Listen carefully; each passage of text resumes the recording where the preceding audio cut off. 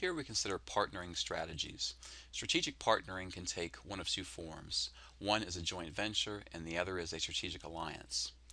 Typical examples of strategic partnering are partnering between companies who are non-direct competitors. They might be suppliers or even distributors. Understand that strategic partnering is a growth strategy. They typically take a lot of time and money to set up this new business venture.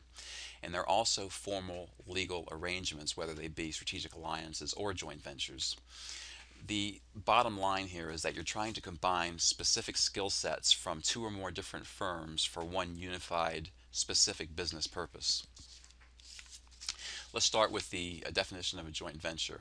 Joint venture, by definition, is simply a third party entity that's formed by collaboration between or among two or more other companies.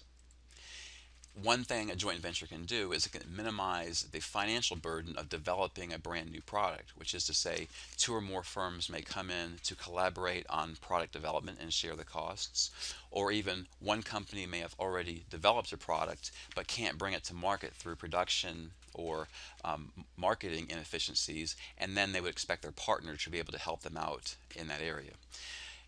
One thing a joint venture can do is it can help you avoid many political and legal hurdles, especially when going global.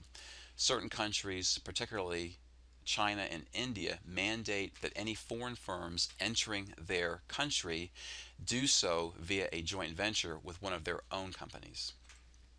An example of a joint venture is that of GM Autovaz. This is jointly owned by General Motors and Russia's automaker Autovaz. This factory in Russia produces this $14,000 car pictured here. It's a sports utility vehicle called the Niva. And this joint venture has sold over 500,000 automobiles in the last 10 years.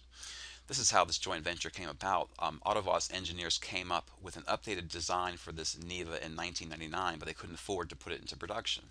General Motors came in with $100 million in capital to jumpstart production, and in doing so, they created this joint venture between the firms. Now, Russians have a much higher regard for the Chevrolet brand name than they do for the Autovaz brand.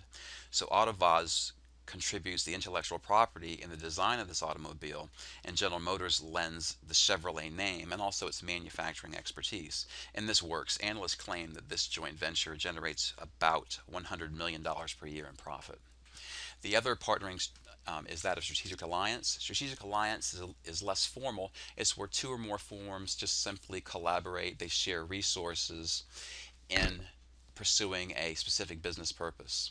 It's different from the joint venture because, as you probably gathered, no third party entity is formed, and a strategic alliance generally encourages product innovation or collaboration among firms. An example of a strategic alliance is that of France's Renault. They have a strategic alliance with Japan's Nissan Motor Company. At the present time, the automobile market in Europe is really very soft, and Renault is feeling that pinch. Currently, Renault is considering a plan to use spare factory capacity it has in France for its alliance partner, Nissan, to make automobiles in France.